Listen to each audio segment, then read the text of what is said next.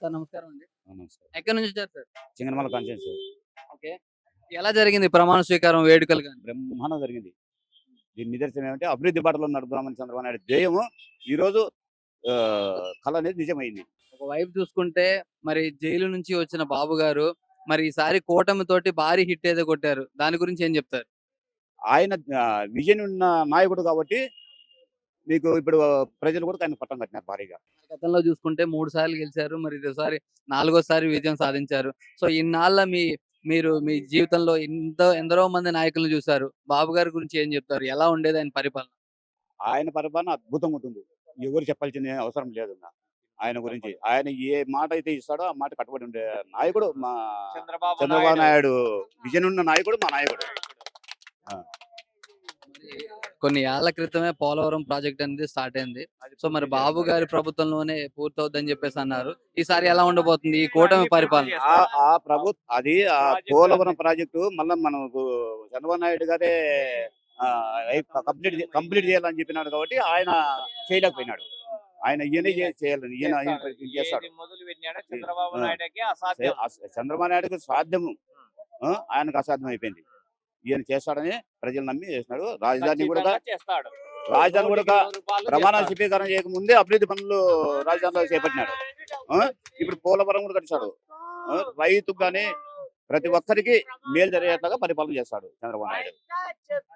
ఈ విధంగా చూసుకుంటే ఇవాళ మంత్రులు అయితే చేశారులే గాని మరి ఎవరికి ఏ పదవి అనేది చెప్పలేదు. మరి మంత్రుల గురించి ఏం చెప్తారు? ఎవరికి ఏ పదవి ఇస్తే బాగుంటది అంటారు? అది మా అధిష్టానం చంద్రబాబు నాయుడు సార్ గారు చూసుకుంటారు. అంత వ్యక్తులు మేము కాదు. అధిష్టానం ఉంది. అధిష్టానం ఎట్లా ఎవరు నిర్ణయిస్తే వాళ్ళు ఉంటారు అంతే. కూటమి భారీ గెలుపు తర్వాత పరిస్థితులు అయితే చాలా తారుమారయ్యాయి. సో రకరకాలుగా కార్యకర్తల మీద దాడులు తెలుగుదేశం వాళ్ళు చేస్తున్నారు, వైసీపీ వాళ్ళు చేసుకుంటున్నారు అని చెప్పేసి బాగా వినిపిస్తా ఉన్నాయి. సో వాటి గురించి ఏం చెప్తారు? అది చట్టం తన పని చేస్తా పడుతుంది. చట్టం చూసుకుంటుంది. మనము దాడులు లేను, వాళ్ళు ప్రతి దాడులు లేను అది కాదు. చట్టం ఉంది. చట్టం అనేది తన పని తను చేస్తా పడుతుంది. సో మరైతే ఈ రోజు నాలుగోసారి విజయవంతంగా సీఎం గా చంద్రబాబు అయితే ప్రమాణ స్వీకారం చేశారు. మరి దానికి అతిరథ మహారాజులందరూ ఇచ్చేశారు. సో మరి మంత్రులైతే ఎవరికి ఏది అని చెప్పేసి పూర్తికైతే డిక్లేర్ కాలేదు. సో మంత్రుల విషయానికి వస్తే పవన్ కళ్యాణ్ గారు, లోకేష్ గారు, బాలకృష్ణ గారు, మరి అచ్చెన్నాయుడు గారు ఇలాంటి నాయకులు అయితే ఉన్నారు. సో ఎవరికి ఏ పదవి ఇస్తే బాగుంటది, బాధ్యతలు ఎవరికి ఏ బాధ్యతలు ఇస్తే బాగుంటది అంటున్నారు? పవన్ కళ్యాణ్కి ముఖ్యమంత్రి పదవి ఇస్తేనే బాగుంటుందండి. ఆయన నెరవేర్చగలడు. ఆయన పక్కన ఉన్న వాళ్ళతో పని చేయించగలడు. మా ఒపీనియన్. ఒకవైపు చూసుకుంటే డిప్యూటీ సీఎం గా అయితే కొన్ని వార్తలు అయితే వినిపిస్తున్నాయి. డిప్యూటీ సీఎం మెయిన్ సీఎం చేస్తేనే బాగుంటుందండి. డిప్యూటీ సీఎం మెయిన్ సీఎం అయితేనే బాగుంటది. పక్కన ఉన్న మినిస్టర్లు అదే పని చేపిస్తాడు. అంటే అధికంగా సీట్లు అయితే ఇప్పుడు మరి టీడీపీ నుంచి వచ్చినాయి కదా. వచ్చా కానీ 21 రోజులు గెలిచింది వీళ్ళే కదా. వాళ్ళు పోటీ అయితే మొత్తం కావాలాగా. ఇప్పుడు కూడా టీడీపీ అనేది దేనికి మేము తప్పం. ఎందుకంటే ఇంతవరకు చూసింది వేరే. ఇప్పుడు చూడాలి నెక్స్ట్. అది మాకు కావాల్సింది. అంటే ఇప్పటి వరకు చూసుకుంటే పెద్ద పార్టీ అయినటువంటి టీడీపీ సింగిల్ గానే వచ్చింది. మరి ఈసారి కూటమితోటి గెలుపొందింది. కూటమితోటి గెలుపొందిన తర్వాత ఎలా ఉండబోతుంది అంటారు పరిపాలన? కూటమితో గెలిపిందండి. పవన్ కళ్యాణ్ విజయం సాధించాడు. ఆయన ద్వారా ఏంటంటే టీడీపీ కూడా పక్కా ఏంటంటే ప్రతిపక్షాన్ని కానీ మొత్తం అన్నిటిలో కానీ చేసి కేంద్రాన్ని కూడా ఇది చేసిన మనిషి పవన్ కళ్యాణ్. ఎక్సలెంట్ పవన్ కళ్యాణ్. ఆయన ఉండాలి. నెక్స్ట్ ఏంటంటే చంద్రబాబు నాయుడు కూడా మెయిన్ ఏంటంటే ఆయన ఉంటే చాలా వరకు క్యాడర్ పెరిగిద్ది. ప్రతి వాడికి పని లేని వాడికి పని కలిగిద్ది. అది నా ఒపీనియన్. అంటే గతంలో చంద్రబాబు నాయుడు పాలనలో ఎలా ఉండింది ఇక్కడ విజయవాడ అభివృద్ధి? చంద్రబాబు నాయుడు పాలనలోనే ఎక్సలెంట్గా ఉందండి. వాస్తవం చెప్పాలంటే ప్రతి వాడు ఎవరి పని వాళ్ళు చేసుకునే వాళ్ళు, ఎవరు బాధలు పడేవాళ్ళు. ఇప్పుడు ఏంటంటే అది వరకు గతంలో ఉన్న ప్రభుత్వానికి ఏంటంటే చాలా తేడా ఉంది. ఇప్పుడు ఏంటంటే ఉన్న పరిస్థితులు ఏంటంటే బాబు రావాలి, జాబ్ రావాలి, పేదవాడికి పని కల్పించాలి. కేవలం ఏంటంటే మట్టి పని చేసుకునే వాళ్ళ నుంచి మొత్తానికి ఏంటంటే అందరికీ సహకారం కావాలంటే బాబే. అది నా ఆలోచన. నాకు మరి గతంలో చూసుకుంటే పవన్ కళ్యాణ్ అసెంబ్లీ కాదు కదా, అసెంబ్లీ గేటు కూడా రానివని అన్నారు. మరి వాళ్ళ అందుకే కదండి మొత్తం అందరిని తొక్కి ఇది చేసుకొని ఇప్పుడు గేట్లు తన్నుకుంటూ వెళ్తాడు. ఇప్పుడు వాస్తవం చెప్పాలంటే పవన్ కళ్యాణ్ ఎక్సలెంట్ లీడర్.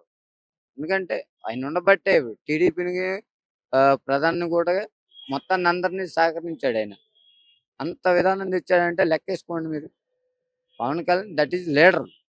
ఆయన తర్వాతే బాబు. బాబుని కూడా అధికారంలోకి ఎక్కించింది కూడా పవన్ కళ్యాణ్. ఆయన మెయిన్. గతంలో చూసుకుంటే చంద్రబాబు నాయుడు జైల్లో ఉన్నప్పుడు కూడా పవన్ కళ్యాణ్ గాని, బాలకృష్ణ గాని వచ్చి బాగా సపోర్ట్ చేశారు. దాని గురించి పవన్ కళ్యాణ్ గారు వెళ్ళబట్టే మెయిన్ చంద్రబాబు నాయుడుకి ఒక అధికారం అనేది, ఒక ధీమా అనేది మొత్తం వచ్చింది. పవన్ కళ్యాణ్ లేకపోతే బాలకృష్ణ గారు ఎవరు కానీ, ఎన్టీ రామారావు జూనియర్ ఎన్టీఆర్ కానీ ఎవరు లేరు. Pawan Kalyan that is leader. ఆయన ఉండబట్టే చంద్రబాబు నాయుడు ఈరోజు డేర్గా నిలబడ్డాడంటే పవన్ కళ్యాణ్ పడతాడు. మరి ఈ రోజున చూసుకుంటే మంత్రుల వివరాలు అయితే ఎవరికి ఏ బాధ్యతలు అప్పగిస్తారనే విషయం అయితే తెలియదు. మీరేమనుకుంటున్నారు? ఎవరికి ఏ బాధ్యతలు ఇస్తే బాగుంటుంది? పవన్ కళ్యాణ్ గారికి అంటే నాకు తెలిసినంత వరకు హోంశాఖ కానీ అని అనుకుంటున్నా. ఆయనకి ఇస్తే చాలా వరకు ఏంటంటే ఆంధ్రప్రదేశ్ బాగుంటుంది. నాకు తెలిసినంత వరకు ఉన్న ఉపయోగం చెప్తున్నా. పవన్ కళ్యాణ్ గారికి హోంశాఖ కానీ ఆయన అడిగిన పదవులకు ఏదైనా ఇవ్వటం చంద్రబాబు నాయుడు ధర్మం. కేంద్రం కూడా ధర్మం. ఎందుకంటే నిలబెట్టిన ఆయన కాబట్టి అవితకరంగా అది నిలబెట్టుకోవాలి చంద్రబాబు నాయుడు గారు. అది మరి గత ప్రభుత్వంలో చూసుకుంటే చాలా మంది కొంచెం మద్యం ప్రియులు అయితే ఆరోపణ చేశారు. కల్తీ మద్యం అయితే జరిగింది అని చెప్పేసి. మరి ఈ ప్రభుత్వంలో బాబు వచ్చిన తర్వాత ఏమైనా మార్పులు జరుగుతాయా మద్యం విషయంలో? మద్యం విషయంలో ఏంటంటే చాలా వరకు అందరూ కిడ్నీలు పోవడం కానీ, లివర్లు పోవడం కానీ చాలా మంది ఏంటంటే ఈ మద్యం మీద ఉన్నది ఏంటంటే ఇంటికి ఏంటంటే సగటం ఏంటంటే 500, 600 కూలి చేసుకున్నవాడు కూడా ఇంటికి వెళ్ళేటప్పటికి రూపాయి మిగలటం లే. ఓన్లీ ఏంటంటే మధ్య దుకాణాలకి పెడుతున్నాడు. అంటే ఉన్నది చెప్తున్నా. ఇంటికి వెళ్ళాక పెళ్ళం పిల్లలతో దెంగులు కాసి, టాపులు కాసి అన్ని పడుతున్నాడు. ఏం వస్తుంది అనేది ఆడవాళ్ళు కూడా ఆలోచించి ఓటేసారు. ఇంటికి రూపాయి లేకపోతే మగవాడు ఇంటికి అనేసి దీన్ని బట్టి ఓటు పక్కా టీడీపీకి, జనసేనకి వేశారు. అది